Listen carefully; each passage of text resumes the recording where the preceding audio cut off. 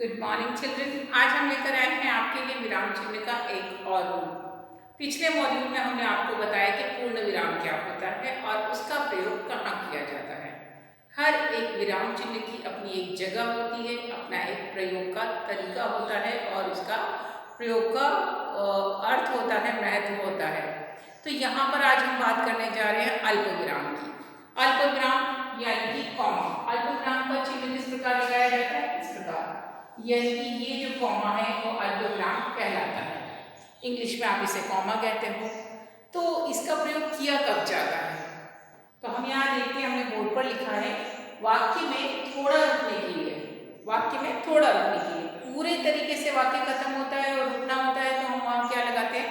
पूर्ण विराम।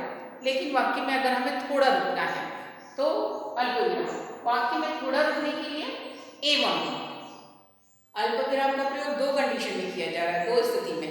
पहला, जहां पर हमको थोड़ी देर रुकना है, जैसे इन्होंने कहा वाक्य में थोड़ा रुकने के लिए अल्पविराम लगाया। अब दूसरी बात, एक जैसे कई शब्दों को अलग करके लिखने के लिए, जब बहुत सारे नाम एक साथ आ रहे हो, जब मुझे मेरी चार सहेलियां एक साथ बैठी और चारों को बुलाना है, शीना, रानू, कविता और गीता, तो जब मैं इन सारों के नाम लूँगी तो मुझे इन सारों के नामों को लिखते समय बीच में चिन्ह लगाने पड़ेंगे ताकि उनके नाम अलग लगें, एक ही नाम जैसे प्रतीत ना हो। तो वहाँ पर हम लगाते हैं अल्पविराम। यानी अल्पविराम का प्रयोग होता है दो तरीके से। वाक्य में जहाँ हमें थोड़ी देर रुकना हो, जैसे मुझे कहना है अरु मेरे मित्र रुको अभी, मेरे मित्र रुको अभी, ऐसे नहीं। तो अगर मैं किसी को बुला रही हूँ, अरे भाई रुको अभी, तो अरे भाई के बाद मुझे कॉमा लगाना पड़ेगा, यानी कि थोड़ा रुकने के लिए।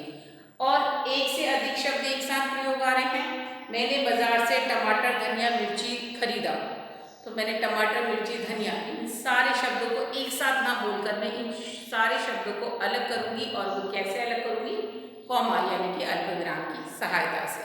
तो अल्पविराम का मतलब हुआ किसी वाक्य में थोड़ा रुकने के लिए प्रयोग किया जाना, या फिर बहुत सारे नाम एक साथ आए तो उनके बीच में अल्पविराम लगाकर उन्हें अलग करना। चलिए उदाहरण देखते हैं। पहला प्रयोग हम लिख सकते हैं, अरे भाई। अगर कोई व्यक्ति सड़क पर जा रहा है और आपने देखा उसका कुछ सामान गिर गया, आप उसे पुकार रहे हो, तो किस प्रकार पुकारोगे? अरे भाई सुनो जरा। तो यहां पर आपने लगाया कॉमा बीच में, अरे भाई। अरे भाई बीच में थोड़ा रुके, अरे भाई सुनो जरा। तो बीच में कॉमा यानी कि अल्पविराम का प्रयोग आपने किया। फिर आप दूसरी बात करें, प्रिय भाइयों मेरी बात सुने।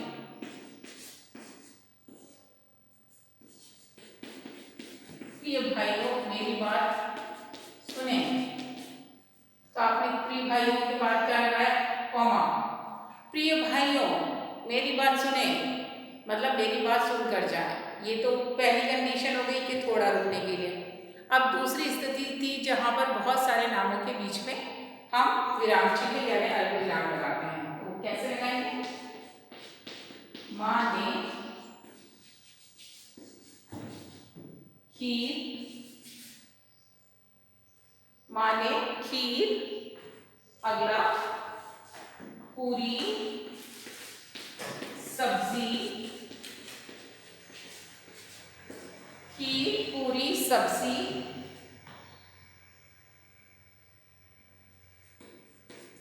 हलवा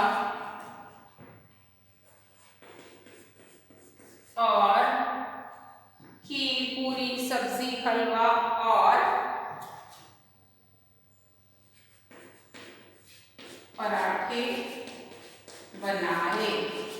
अब यहाँ पर मैंने एक वाक्य में आपको इतने सारे शब्द लिख के दिए कि माँ ने खीर, पूरी सब्जी, हलवा और पराठे बनाए। तो एक साथ में ये सारे शब्द नहीं बोल सकती, इनके बीच में थोड़ा रुकना ही पड़ेगा। कैसे रुकेंगे? कि माँ ने खीर, पूरी सब्जी, हलवा और पराठे बनाए। इन सारे वाक्यों को अलग अलग करके हमने लिखा और अलग किसकी सहायता से किया, ये कॉमा लगाया, ये कॉमा लगाया और यहाँ पर भी कॉमा लगाया, यानी कि ये सारे अल्पविराम हमने लगाए। तो आपको इन सारों को भी अलग अलग करके लिखाया है।